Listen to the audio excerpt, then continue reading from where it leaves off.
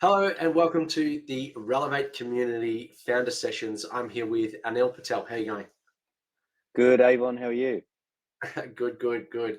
So today, what we're going to go through is talk to Anil about his epic growth from founder being just yourself and your business partner, all the way through to a eight-figure founder and I guess beyond coming up soon for you. And just go through like what the journey was like, problems you had along the way, and a little bit more into what it's like now, like what's life like after being a founder and getting to that, you know, you're out of the daily grind and now you're doing something a little bit more fun and exciting. So why don't we start at the beginning and I guess for the audience, just tell us a little bit about how you started and where you're at now. Okay, perfect. And thanks for the opportunity. Looking forward to it. So if I take you back, we started, I guess, Virtual Manager around 12 years ago. We can't actually remember the exact date because we both left corporate careers and decided to play around with IT projects. Neil, my business partner, is the technical brains, and I kind of manage the business side. And we kind of started out where we were both working for other organizations and tried a few different IT related projects, development in areas that we knew. So my background's oil and gas. Neil's was in quick service restaurants, and we kind of thought, okay, let's stick to some areas that we have some idea about. And we were quite successful. So we got some really nice projects. We flew to contract with BP, and it was nice as a kind of a two-man band. But the challenge that we faced after a few months was that if one of us wasn't selling, then we were both kind of working, and if we were working, we weren't selling. So it was a bit kind of feast and famine. So we thought, nah, this isn't quite right. And then we become friends playing soccer together. So both of British descent. Neil's from Crewe, and I'm from, I guess, North London. And we thought, okay, well, there has to be a smarter way of looking at this. And I guess SaaS had essentially started, and we thought that might be a kind of a good model. And we looked at, okay, well, what areas could we go into? And so the decisions that we made were, let's try recession-proof industries, ones that wouldn't matter depending on the economy or certain situations. And so we focused on cleaning, food services, and the oil industry. We started in the oil industry, which was where we naturally had contacts and a background and an understanding of what was going on. And the first idea came about from my actual role at Shell. So I used to manage Shell's retail assets in pretty much the Eastern Seaboard. And in those days, we're talking early 2000s, laptops had just come out. So I remember, I think a year in, I'd got my first IBM ThinkPad. I thought that was the coolest thing ever. But unfortunately, most people were not given computers. So we were still managing, I guess, hundreds of sites through a fax machine. And it was chaos at best, where I was managing everything from product ranging, pricing, right through to OH&S, compliance, risk. And you can only imagine the volume of faxes and the difficulties and challenges of managing a business that way. So we thought, okay, well, if we could build an app to consolidate a lot of those pieces of, I suppose, data and areas that we could consolidate, dashboard, that would be attractive to the oil company. So we went about that journey, spec'd it out, started building it. BP liked it. They said, yeah, we'll take it. And then the conversations quickly went to, okay, well, our biggest risk is more upstream. So we're talking terminals, refineries, that sort of area, where you've got obviously hundreds of millions of dollars worth of assets. And could we look at things like driver compliance, vehicle compliance, terminal compliance? And again, it was an area we knew pretty well. And the way that the product had been architected was a workflow platform. So essentially we could configure that product into anything. And that was probably one of our first issues, in that we could be all things to all people.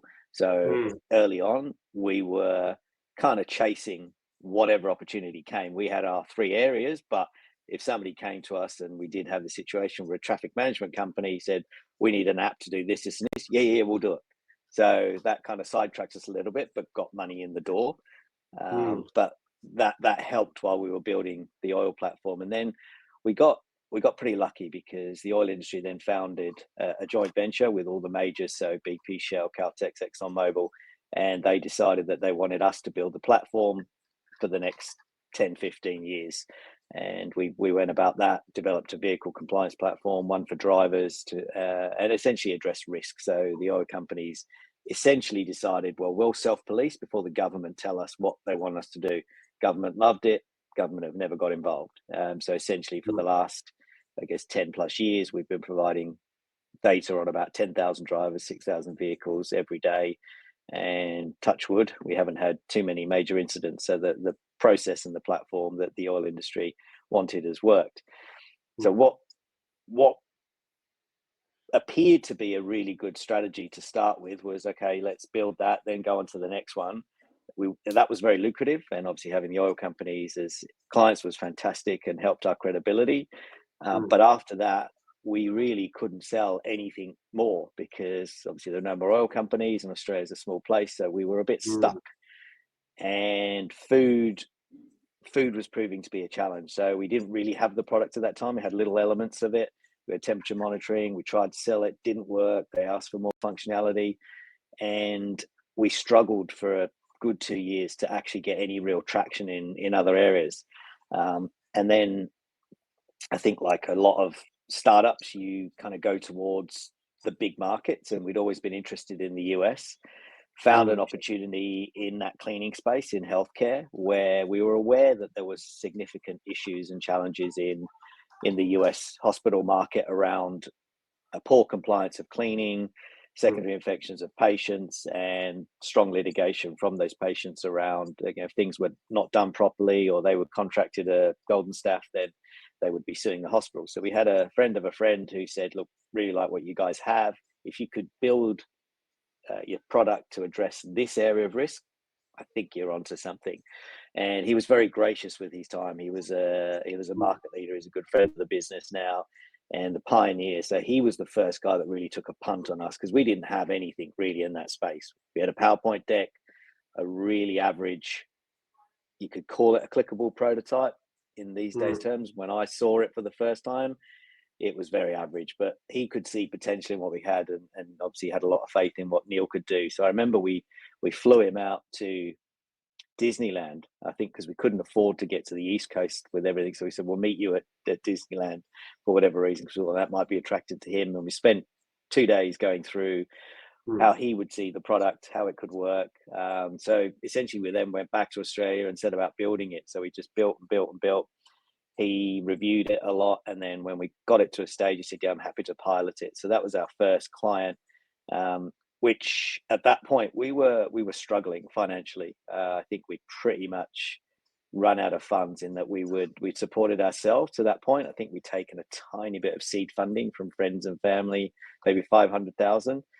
And then it was, okay, now we need to get serious because this could go quickly. So we then decided, okay, well, let's try and raise some funds.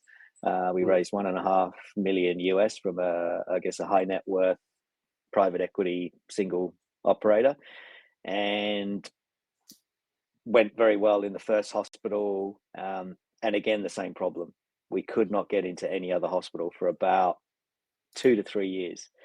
So again, luckily we had the funding, we could build more around it, but it was a pretty stressful situation to be in because we just didn't know.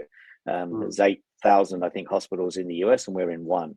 And we're thinking, gee, we've probably got a runway of about 4 months. We were trying to operate the business from Australia. It wasn't overly successful. I was spending a lot of time there every second, third month. But we found similar excuses or reasons for not giving us work, and main one was we weren't based there. We had an American entity set up, which was fine, but it was the boots on the ground that wasn't a problem. So we had to make a decision.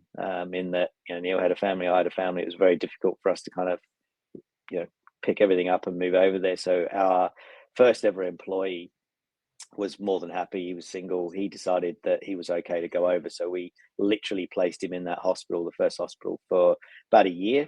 and he got to learn all of the ins and outs, and then started doing business development for us. We went through a number of US staff who just didn't work out, and it's a recurring theme in our strategy that we were very poor at hiring and even worse at firing.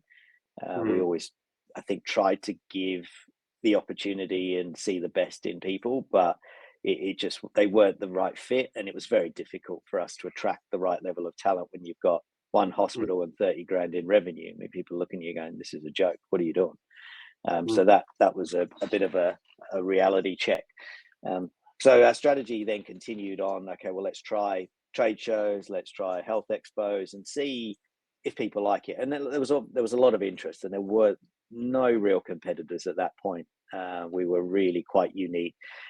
A big plus for us was Neil had architected the product to be mobile first, which nobody had really thought of at that time.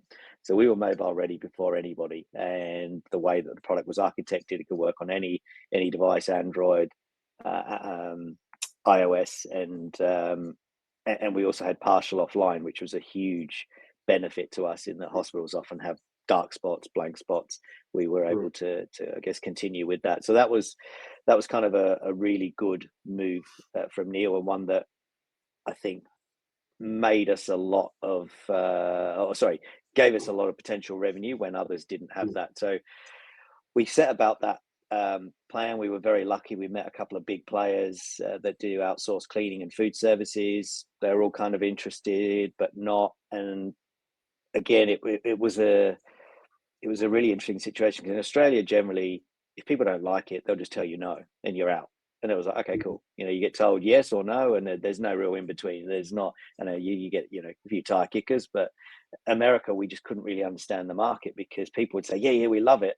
Let's have another meeting, and another meeting led to another meeting, and he just kept going and going and going. We'd be like, well, when are they going to buy? Or what's the buying signal here? And we couldn't work that out, because it was almost like you'd get to a certain point, then you'd be having dinners, you'd be playing golf. I'm like, surely we're in here. And then all of a sudden, this one particular individual said, yeah, I think we're ready to buy. And he had access to, I guess, about 2,000 hospitals, 2,500 hospitals in his portfolio, and said, yeah, we'll pilot this at 4 sites, see how you go. And at that point, we're like, right, we need to make sure this works. We can't screw this up. So we went about trying to find a CEO for the business, and through a mutual contact, we'd been courting an individual for a long time. He was doing incredibly well in the UV space, a UV light disinfectant. He was selling to the same people that we were, but just knew everyone. And he was, and he's an incredible human, but just somebody that we could trust. And I think that was one of the biggest things for us, or biggest learnings, in that we just couldn't find anyone trustworthy. He would tell us the truth, whether it was good, bad, or otherwise. If things were not good, tell us. If things are great, also tell us. But we wanted to know the truth. So managed to convince him to come on board. He managed, I guess, at the back end of the 4-site pilot. That went very well. And then we started rolling out through their network. So one hospital became 200 pretty quickly. And that's when the business really started to grow. But it was, one of those things when people say, oh, you were lucky, or it was kind of an overnight success. It was like a 10-year overnight success. But that kind of 1 to 200 gave us that huge uplift that we needed. And it was rinse and repeat. But during that time, still challenges, in that there were periods of, okay, we had to carry an implementation team.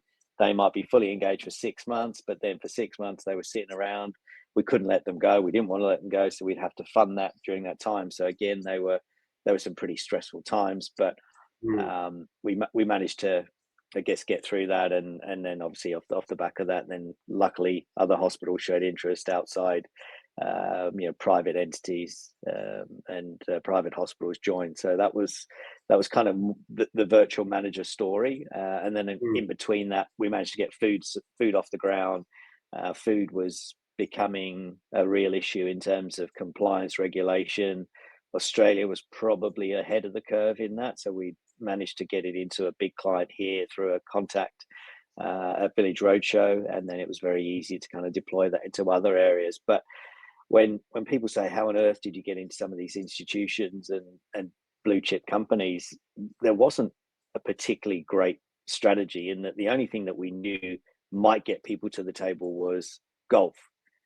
And that was really what we focused on in terms of getting people to golf. So I'm a member at a very nice golf club, but when I joined, I couldn't actually afford to join. There was not a chance. 10 years ago, I even would have had the money, but a friend of mine was very gracious, and he let me use, or he invited me a lot. So I'd invite potential clients, and then fortuitously there was one of the financial crashes, can't remember exactly which one, where from a $50,000 buy into this golf club, people were giving their memberships back, and almost because it was an equity model, you had to pay until death. Somebody basically paid me $7,000 cash to take it off the hands. Now, great for me, cash flow wise, thought this is good. I didn't factor in that I actually had to pay for the next 80 years until I was essentially dead. So, but took a punt and thought, well, I'm going to give it a go. And when I started looking through the member list, I'm like, well, these are the who's who of Queensland. I can network with these guys, and others I need to get to will get me to that point. So it turned out to be a pretty good strategy, because a lot of those people have become friends, and we're now doing other business ventures together. But it was a huge risk at the time, where people close to me, like my wife, going, "What the hell are you doing? How can you join a golf club like that?" And and I talked to some of my mentees about that and what they're doing and some of the strategies to get in, and they're, how do you network with these people? How do you get in? So started to show them, well, there's an opportunity to meet these people, how to do it this way. And then you don't have to play golf, but is it pickleball? Is it something else? But find a way where you can kind of align with people with similar values, and where you've got time to spend. And that was the thing, you've got 4 hours. So if this person turns out to be a complete wally, well, I'm not going to work with them. And similarly on their side, they might go, well, Neil's a complete fool, I'm not going to work with him. But I think by the end of 4 hours, you have a pretty good idea of what somebody's like. So that was our business development strategy. We didn't spend an awful lot of money, over the years, and it was really into golf events, or when we couldn't get meetings, we would organize, conferences with a golf tournament around it to attract people and place in America. So that was kind of our what we call, I suppose, our lucky find, but also something that really worked for us. Then as we moved on, we spent money in traditional marketing areas. It just never really worked for us. But found that golf was the common denominator to success. And just coincidentally, our CEO now is an incredible golfer off +2. I'm not a good golfer, so. I feel like I need he's to go and continued learn I need to learn how to play a bit more golf. I've done a few driving ranges, and I can somewhat get it straight. And we met at a driving range, so I maybe there's a few more of those in my future before I can hit the actual proper golf rounds. Yeah, recommend it. It's good fun. Well, it's interesting. Like we have situations like we have like a shisha chat. And that's really only our board meeting. Like my business partner and I, we don't force anybody to smoke or any of that sort of thing. But like that's just that time where you can spend 3-4 hours really going deep, and not like going to either surface level junk. Like you need time to get to the gold. It just doesn't happen straight away. And it was interesting, like talking about the innovation part creeping in. So early on, when you said, Neil does come from like fast food, or sorry, quick service restaurant, and blending that with your skill set in corporate, and really understanding two completely different spheres. And I think new ideas come from bringing two ideas together. And one comment you made there about chasing every rainbow of, we have this business want to do this and that business want to do, yes, we'll do it. Whilst that's usually takes you off the path, I think to really sort of nestle into the thing that works, you have to fail a lot and figure out the things that don't work. Do you think some of those forays into other areas, do you think you learned something or gained something from those? Absolutely. We learned so much from failing, and I reckon we failed more often than other startups. And that was really the vision or the platform for me to kind of move into my next life, that obviously we'll get into. But I felt that, I obviously didn't know anything technically. Neil was very skilled at that. And even business wise, I'd worked in corporate organizations, worked for Accenture and Shell, that were, incredible companies, and got to, meet some amazing mentors and people like that. But in the startup world, there's just so much unknown, and so much that I think it's the speed of which things move. Like a week in a startup is like a month in a corporate, and a month is like a year. So when you're kind of 6 months into a startup, you're like, wow, you've done well. You must be, almost dead at this point. You've been there kind of, in dog years, 6 years. So it's, Mm. I think that that speed, and the speed of the ability to react to some of those failures was critical, in that you just get roadblock after roadblock, or problem after problem. And I think that's one of the biggest skills to try and help entrepreneurs with, in terms of just be ready for that. If times are good, possibly going to be bad tomorrow, but then the good will come. But it's just having that, try and be in the moment for understanding what's happening, and try and deal with it, and then I guess move on to the next. But the failures definitely taught us so much, and some of the failures and areas were almost laughable. So I don't know if I talked to you about last time, but the first real lucky break was when we got a really big check for $1 million US, and we were so excited. Mm. And in America, everyone still pays by check to this day. Very hard to get electronic funds transfer, still checks. So I literally, actually, I don't know, here you go. In my desk, still have one of the first original checks. I've always kept it. Wow. And it was a big one, $212.50, but it's there. And so we got this check for $1 million, and that was going to sort us out for payroll. And obviously the next few months, it was all good. And then our CEO rang me from the airport, and he said, I've made a mistake. I'm like, oh no, what's happened? And he said, I've actually mistyped the amount from 1 million to, I think, 10 million he put in. So the bank obviously rejected it and went, there's now a hold on the amount, and we can't deposit the check. So we're like, we don't know how to make payroll. We don't know how to do it. All our funds were locked up. Tried to go to the bank. The bank were like, Yeah. sorry, there's nothing we can do. You made the error. And we were like, okay, we're moving money around in Australia. I had to tell certain people, you can't get paid until this clears. And, we worked through that. But something as simple as just mistyping a number could have been catastrophic to the business, that you just don't kind of think about, or you just think, okay, that's such a simple mistake. But those mistakes seem to compound so much more in the, I guess, small business, or, the SaaS arena, than in a normal environment. So that was a big one. And I think just our ability to make continuous mistakes in hiring was a recurrent theme. We just couldn't hire, and we weren't, none of us had an HR background. We weren't particularly great. If somebody wrote a CV, we kind of believed it. We tried to test them out, but it wasn't really a successful model. So we decided, well, we need to look at this and try and work out, why are we failing? Why are we not recruiting the right people? Is it us? Is it the culture? Is it the values? So we brought in an external culture specialist from Australia. We flew him to America, got all the team involved. We had a session it was actually in the Valley somewhere. We hired a house, and we kind of went through the values and things like that, told him about the problems with recruiting. And he kind of said, okay, so how would you look at somebody as a potential friend? I said, what do you mean? He said, how would you look at, what would you look at in terms of, background, or what do they like? What do they don't like? How would you kind of, look at that side of things? And we started to develop then a model for hiring through that. So it became a 3-step model, where we said, well, could we have a beer with that person? So the view was, if we can't have a beer with that person, then there's just no chance. They're never going to work. If we could, the second step was, would we trust them with our kids?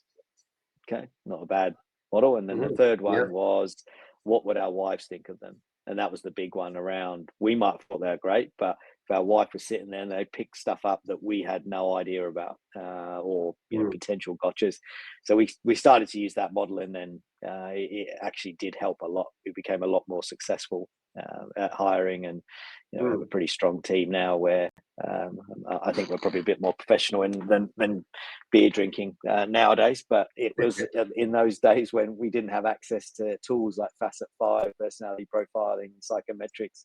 It was kind of the best approach that we could have, particularly when we still, we didn't understand the culture in America. It's probably only taken in the last couple of years where we really understand what's going on. We thought it would be a seamless transition, particularly both of us being British, American, Aussies, kind of all aligned. But there are quite different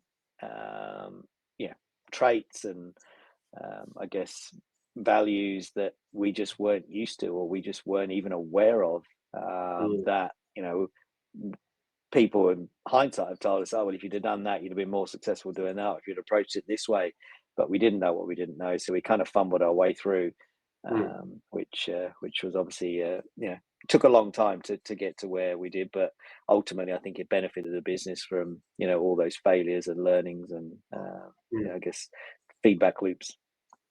So I guess also at the start, you talk a little bit about feast or famine. I think that's one of the most common things that like it is just par for the course for any business that's out there.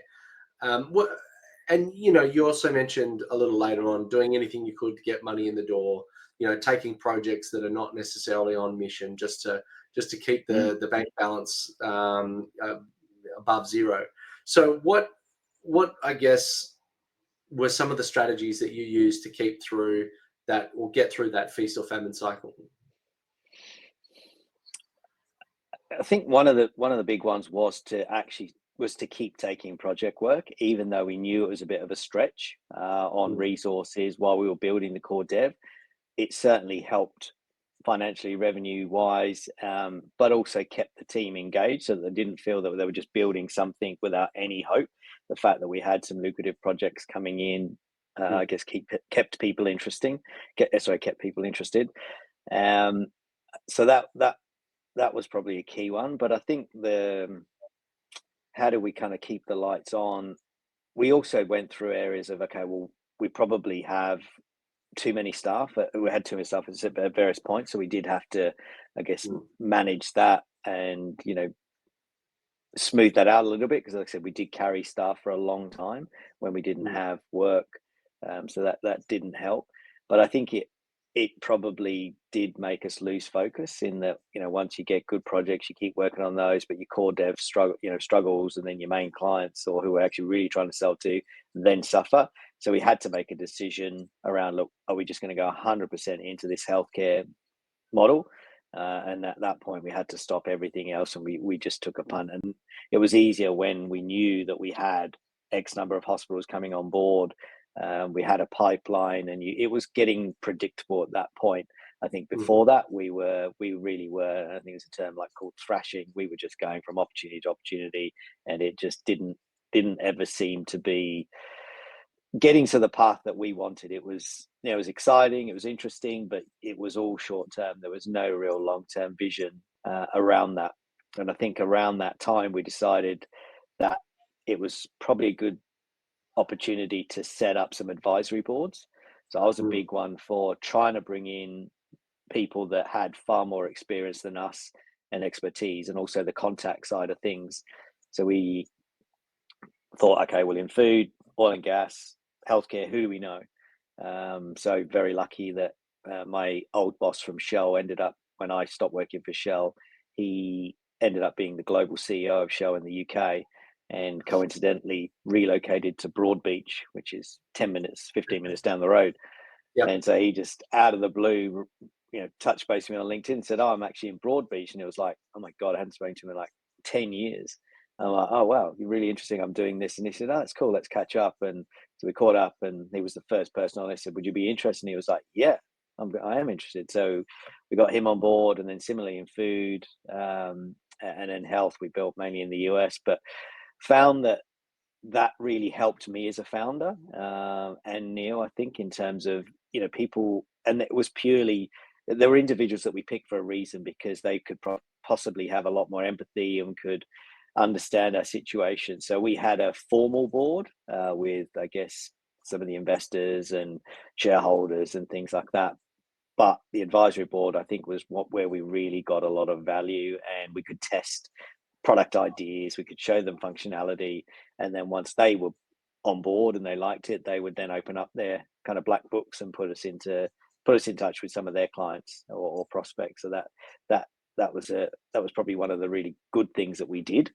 But like I said, the board areas I struggled with, Mm, and it was something that I could never master. In that, despite, I'm sure they had very good opinions and views from their perspective, they just really didn't align with where I was trying to take the company. And I'm not a particularly great financial person, but that's all people seem to be interested in rather than the strategy side. So it was always on the mm, numbers. And as you know, in SaaS, the beginning is hard. Okay, well, now 10 mm, years on, when it's all compounding, it looks great, but it doesn't at year two. So there was mm. always that constant friction of, and unless you really understand that space, it's very hard. So as much as they were highly educated in their own area, it made it very difficult for us. So it was almost like a two-pronged attack where the advisory boards were kind of like my comfort zone, and the Mm. board for me, it was just a battlefield, and I never mastered it. And that may be just me as an individual. Yeah, well, you're talking to customers every day. You're beating the path every day. These people come in, they look at it. I don't know what your board cycle was, but once a fortnight, once a month, and they go and look at some reports and point the finger. And you go, all right, well, I'm thinking 3 to 5 years down the pipe, and they're thinking like next financial quarter or next end of closed month. So, like, definitely, you've got some unparalleled sort of goals and objectives. Yeah, there was just not non-alignment in exactly that, short-term thinking versus long-term thinking. So Mm, we had to switch people in and out, and mm, I guess by the end it was a really well-functioning board. And I'm not saying you shouldn't have any kind of negative discussions, but I found they became more robust with the right people on board, with the right yeah. visions. And again, it's very difficult, when somebody Mm. initially comes on, you'll take anyone because you don't know what you don't know. So there's somebody interested in a business, yeah, come on, join this, do that. But I think we became a lot better at screening individuals in every area as kind of time went on. But it's a real skill that took us a long time to learn and master. That we just felt that we were kind of being not dragged along, but we were being pulled in directions we didn't necessarily want to go in. So Mm.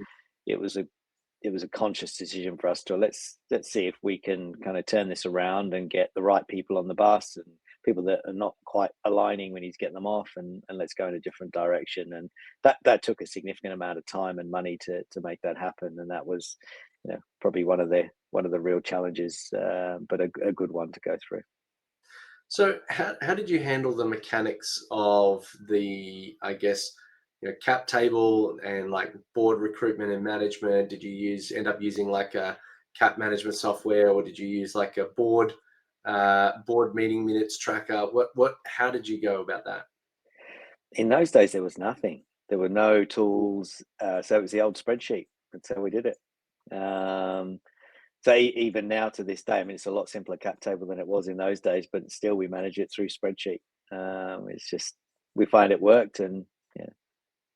But in terms of board Mm, meetings and minutes and stuff, I think maybe Zoom had just come out, but there were no mm. automated tools, so it was still handwritten notes and typing them up and sending out board reports, but everything very manual. There wasn't a lot of automation There's a lot in of that. hours in putting those documents together.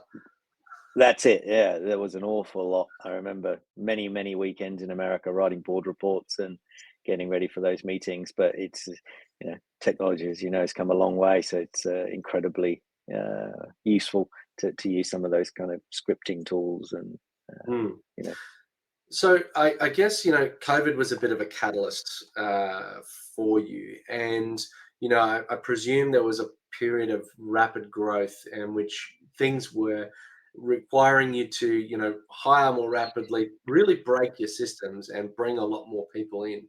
What were some of the challenges, and how did you go handling that rapid period? hmm.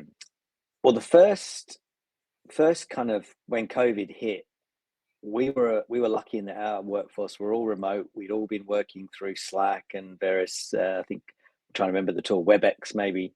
So we'd been used to that. So it wasn't too much of a shift.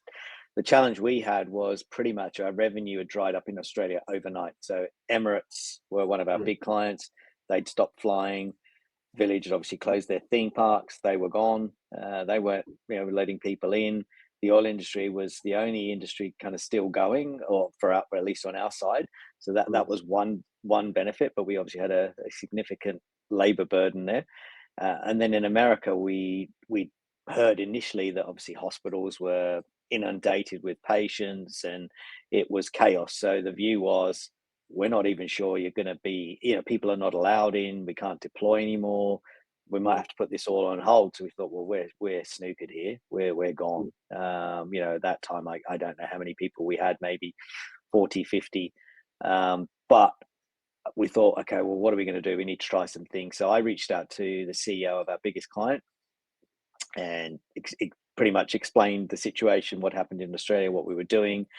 And I said, our guys, we've come together. We believe that we can actually deploy our product remotely. So we can reconfigure it. So rather than us doing, a deployment on site, we can build the system through QR code. So we can send you stickers, you can put them up around the hospital, around the wards, around the patient rooms, and you can build the application from that. So you only need somebody of a business analyst level. They can scan the code, start building the application, and then you're live.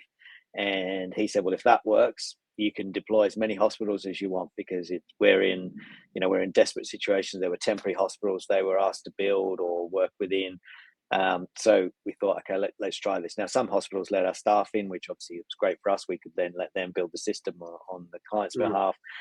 But that was probably our biggest period of growth, where we were literally working 7 days a week, 18, 20 hours a day, every day for the whole COVID period, where we just couldn't deploy fast enough, and finish one straight onto the next one.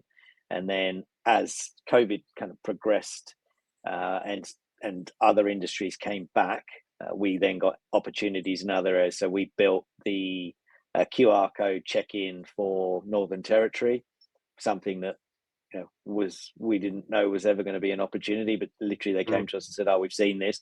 Well, can you guys build it?" We're like, "Yeah, it'd take us 2 days. We've already got all this stuff." So we then deployed that over to the NT guys, and then there were various industries that started to come back. I think one of the first was supercars, but they were very strict on events, had no compliance, and again, it was one of the reconfig ideas reconfig opportunities that the team could quickly deploy in about a week. So we then became the events tool for all of compliance of individuals coming in, monitoring if there was an outbreak of something, all of the cleaning of various facilities, the toilets, etc., at V8 races, and that kind of really helped us in Australia at least get our foot back in the game, but also kind of prove that the product was robust enough and malleable enough to go into different areas. So off the back of COVID, a lot of those standards never changed. So we kind of picked up all that work,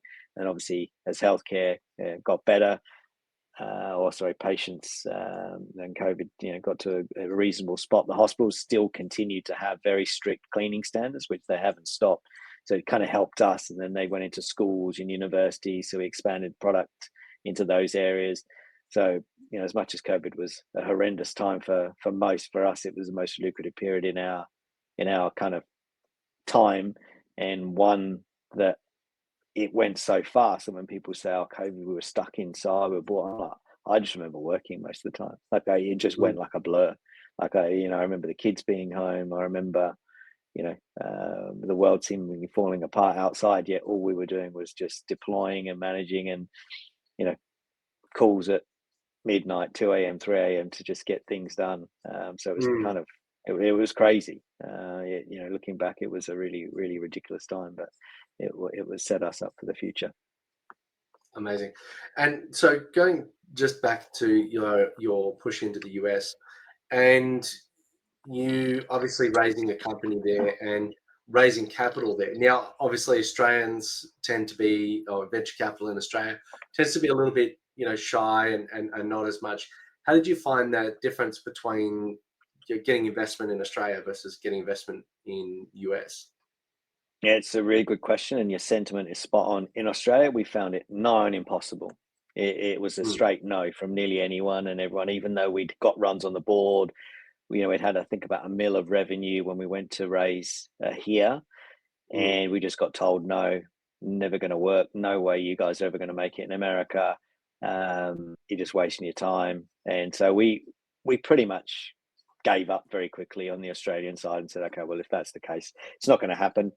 I didn't have any contacts in the VC world or PE world in particular. So we were really going off cold, I guess, interactions and things like that. And it just never worked. So, and then we just thought, well, let's meet with some American potential investors, and through contacts, friends of friends, we just got meetings, and got to meet some really, really successful PE, VC, high net worths. And I can't say his name, but one was the son of one of the largest frozen food companies in the world who ran a venture fund. And he was very gracious with his time, but also with his advice as well. And he could see something in what we had. So really guided us through that phase of, okay, this is how I'd approach raising capital. These are the sorts of individuals I'd go to, and this is how you'd pitch. So we kind of took his lead, and the first individual we pitched to said, yeah, I'll give you all the money. So it was like, wow, that was easy, from being smashed around in Australia and told, you guys have got nothing and you got no hope, to this guy saying, yeah, I'm happy to take a punt. And I found Americans are just so much more open. You know, if you can save someone $1 or make them $1, they're happy to look at it. Whereas I feel in Australia that everybody's so conservative, and there's just that lack of entrepreneurial flair that is in America, where I don't know if it's a competition thing or just the fact that the market is that different. But even now with the startups I work with, it is so hard to raise capital here. Now, obviously, it's a lot easier when you've got a founder that's done it 2, 3, 4 times, or they're leveraging of what we did. It's easy to get those meetings, but still to this day, I think the market here is just not where it is, where it should be at all. So hence why we decided to go into some of those areas, to think, well, I don't want other founders to go through the same experience we had and just been told that their idea is crap or they're no good, when they probably do have some pretty good businesses, but it's just the capital flow isn't working or whatever. So let's see if we can bridge that gap. I think some of the opinions around failure are different as well. So from my understanding, and I've heard it said that if you failed in Australia, you'll never get funding, but you'll never get funding in the US unless you failed. And so the idea that, someone who's been through the ringer, got a whole wealth of experience, just because they didn't get on their first round, now means they're like 10 times better equipped, in my mind anyway. What's been your experience with that? Yeah, I think you're right. I think the advice we were given was, if you've made it work in Australia and you've generated revenue, America's going to be 1,000 times easier. That was kind of the sentiment, and the fact that we hadn't had an easy ride to that point, and we could, we were pretty transparent in what had worked, what hadn't worked. I think certainly helped. But in America, when there is that potential for scale, and that scale is almost infinite, that you can see that kind of, people can see from an external perspective, there is a path to success. Whereas in Australia, even if you've got an amazing product, you look around and you go, like, for our example, in the oil industry, okay, well, we work with everyone. There's no one else to work with. And the same with the banks. You work with one, you work with the next 3, and it's like, well, who else do we work with?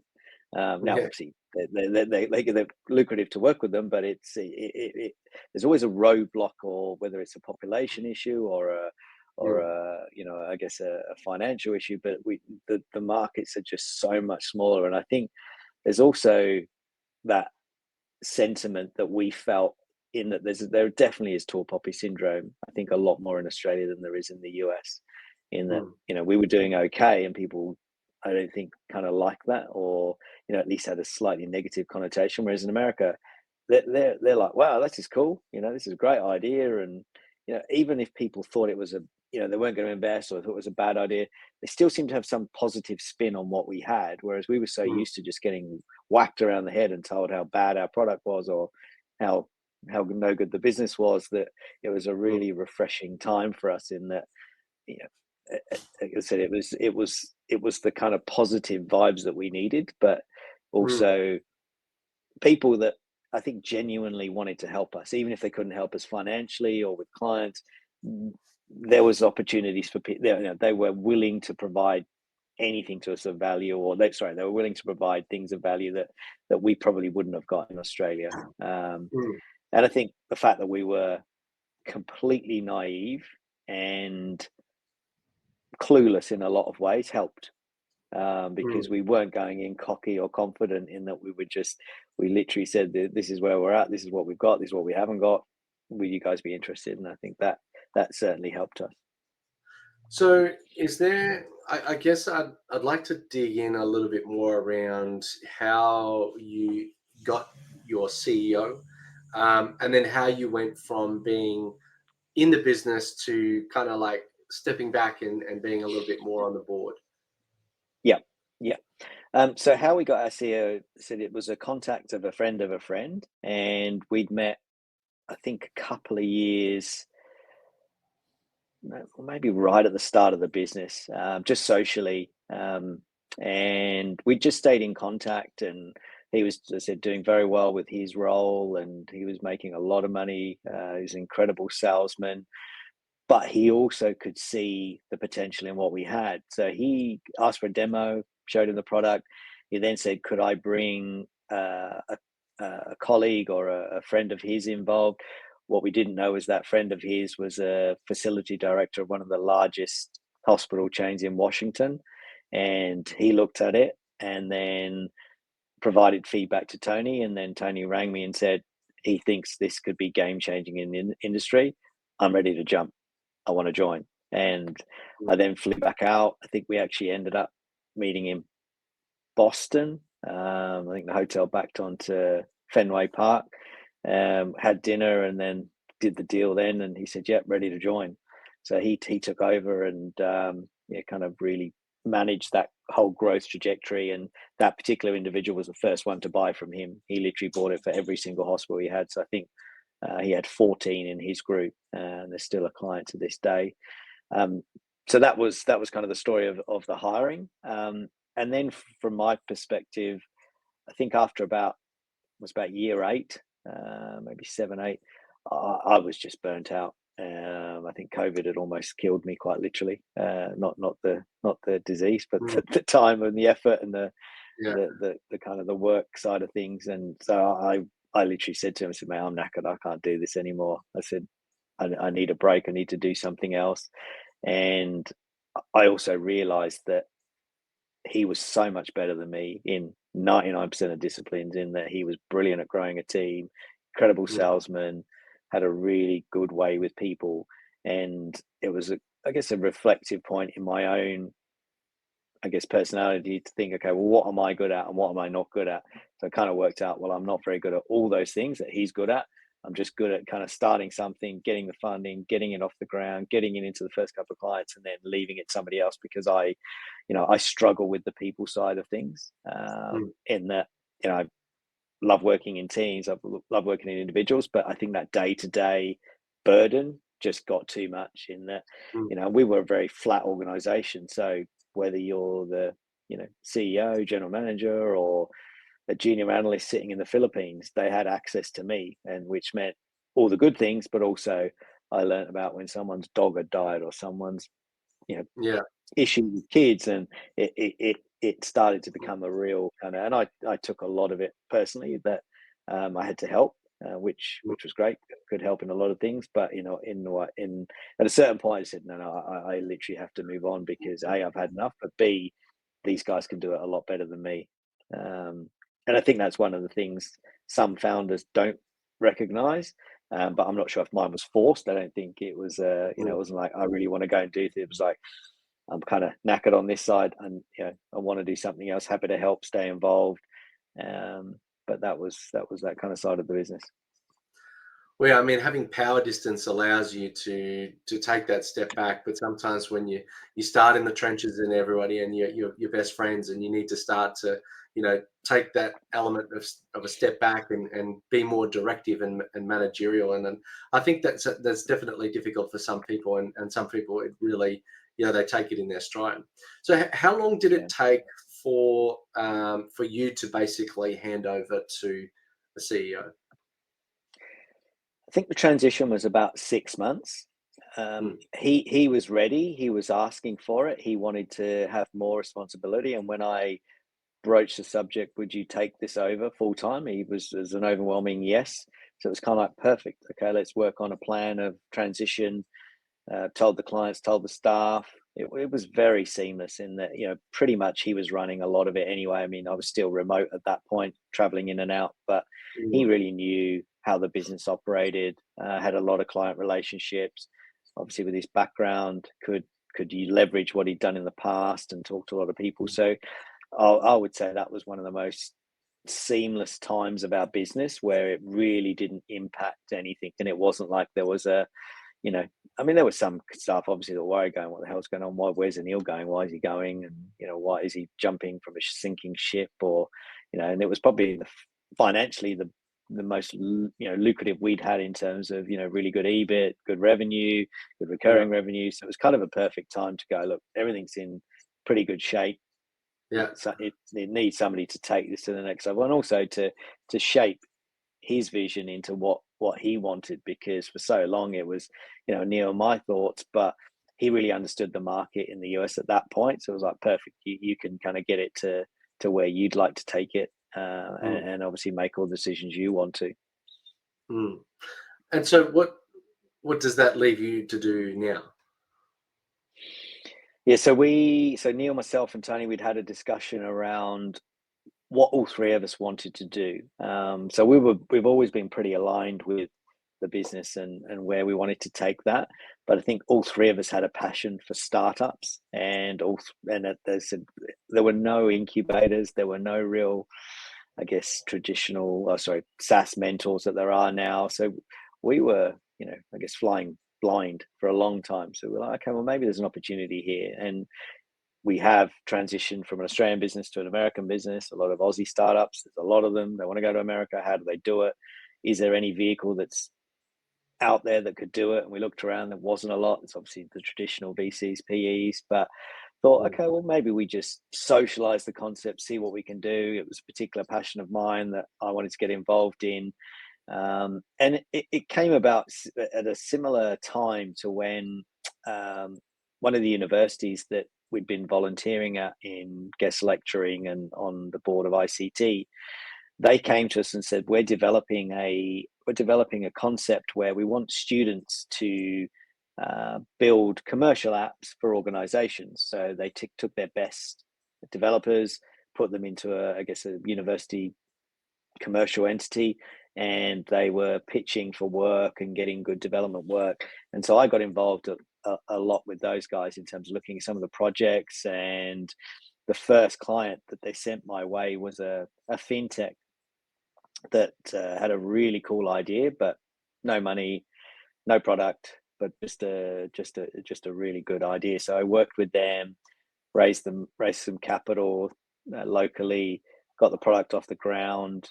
They managed to roll that out to a number of real estate agents. So essentially, it's an application in open banking that looks at all of your transactions. So changes the model around rental application. So in the old way, you'd kind of hand in your pay slips and do references and all that kind of jazz. Whereas this process essentially says, okay, what bank accounts do you have? You go into your banking environment, scrapes all the data, anonymizes it, and then gives you a rating based on your real cash flows. But it picks up all different areas of, okay, well, does Anil gamble? How often does he eat out? And then it starts to reclassify information. So it was a really neat idea. And they'd managed to sell it to quite a few people in Australia. We then took it to America. Lucky story, first investor we pitched to, he said, yeah, I love this, I'm going to take it. So that was the start of that kind of second part of my life, where it was like, wow, we've done this with the first company. We've taken what was a concept, commercialized it, and that business is still running, going gangbusters in America. So we're like, well, maybe we do this more. So Griffith were providing us with opportunities. Some of them were not great, some of them were good, and that was kind of the start of our business, that we didn't really know what it was going to lead to.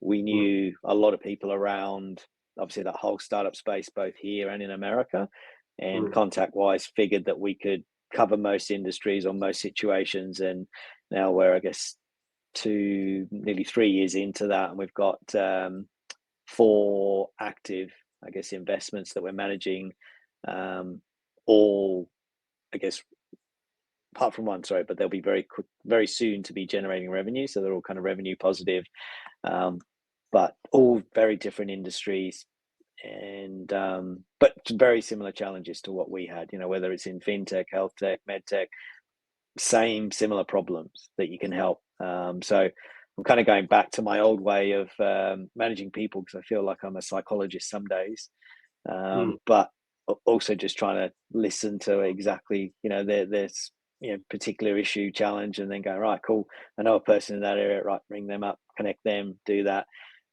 So it's kind of like, it brings me back to the start of our business, but also immensely rewarding working with individuals that want to be coached, want to be helped, and kind of seeing their journey, which I think for all 3 of us has been amazing. And obviously Tony can help on the American side when they get over that way. Neil can oversee the technical development, because we see a lot of challenges there in terms of if they're outsourcing dev or even in-source. It's so hard to know, are they on track, do they have something of value, are they being taken for a ride? Whereas Neil can just come in and go, nah, that should cost that, do this, do that. So found that to be, as I said, incredibly rewarding, and something that I think is providing a lot of positive feedback to the guys based on all of our failures and experience of both markets. And how does the family office play into that? In terms of, what do you mean? So you're like, have you created an investment entity with your partners, or do you each go in as individuals? Yeah, so we've created, we invest capital, time, either or. It's quite a flexible model, but we try to run everything privately. We do seek some external high net worths that are involved, that are, I guess, friends of ours that get involved as well. But essentially, we didn't want to have it as a fund per se. We just wanted to have a pool of money that we could invest in various startups. But pretty much the strategy is buy and hold. So we like to kind of get in and get out. We like to kind of see how they go through the different phases of growth. And obviously they're relatively new, all of them. A couple of 2 of the 4 will probably exit in the next 2 years, but the other 2 are probably going to hold on. And I guess that's the new challenge. How many can we take on without diluting our effectiveness? So again, it's another challenge that we weren't aware of, because we do get a lot of pitches. There's another 2 that came through today, and trying to work out who to help, or whether we can or we can't. But I think I'd like to think that even if we can't, we can put them in the right direction. So look, this isn't for us, but speak to this guy who is interested. And I think Australia's got a lot better, at least in terms of that whole pitch deck process, valuation, or valuations being sensible, where they've learned a lot from the US market. So I think that's definitely helped them, but also helped us find the right opportunities. And if you'd have said to me a few years ago, would you be investing in fintech, health tech, med tech, pharma tech, I'd have been like, not a chance. We don't know anything about them. It's really only what we know. So it's been a bit of baptism of fire in that regard. But like I said, very similar challenges across. And I think a lot of the founders, it's having someone to talk to. I was lucky that I had a business partner when we were struggling or things weren't working. But it's also difficult when you've got family and wife and kids, and you don't want to tell everyone everything. You don't want to be dishonest, but also when you can see things looking quite negative, it's quite hard to maintain a positive attitude all the time. Whereas with some of the founders, if you share your stories and just, I think, be in the moment, or be realistic about, or real about what actually happened, I think they see value in that, rather than sometimes I think people watch Shark Tank or Dragon's Den and just think the entrepreneurial journey, it's perfect, get the investment, I'm driving a Ferrari next week. So Right. it might happen, but I would say more likely than not, that's not going to happen. Not off the investment revenue. That's not what the investor's paying for. No. So it's been a really interesting kind of journey to move into that kind of phase of my life. But but really enjoying it. Well, I think it's been great to hear, like, from, starting up from nothing, finding your partners, building into other regions, getting investment in multiple countries, getting into your, high growth moments with those catalysts, dealing with exiting from the everyday into the board, having that CEO, and then getting into that investment territory. And I think, hearing that end-to-end journey is really excellent, because I think a lot of the founders sort of really think about what happens when they get to the business, and everything is the business, but they're nothing about what happens after. And I think that yours is the success story that most founders should be looking for, is that once you do transition out, either you're a part owner or you're still doing something, because goodness knows I couldn't sit on my hands and go, cruise off into the sunset. I've got to keep busy. So I'm sure it'll always be something. And just understanding the mechanics of, what the family office is, and how you can actually do things. I think people hear, oh yeah, now I'm an investor, but what does that mean? How does that actually function? We're inquisitive people, and I think that it's been great hearing your story and going into that detail today. So I really appreciate your time on the show today, and thank you very much for sharing those insights, and the good, the bad, and the ugly, I guess, along the way.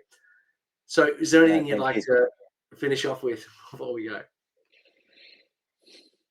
No, the only thing that I get asked a lot is, what would be your one piece of advice for Mm, anyone? And my advice, it came from a mentor in Dubai, a very successful life insurance salesman, and he said, Anil, relationships equal money, everything else in business is commentary. And I think that has really stuck with me, and something that I really did mm, focus on throughout that entire journey. And those relationships are so critical, mm, and they can go from hero to zero very quickly. And just being conscious of that mm. across everything you do. Amazing, and I would definitely echo that. That's very sound advice. Well, once again, Awesome. thank you so much. And if you've been watching, please do give us a like and a subscribe, and we let us know what you thought in the comments. We look forward to catching up with you again sometime soon. Brilliant. Thanks, Avon. Thanks for the opportunity.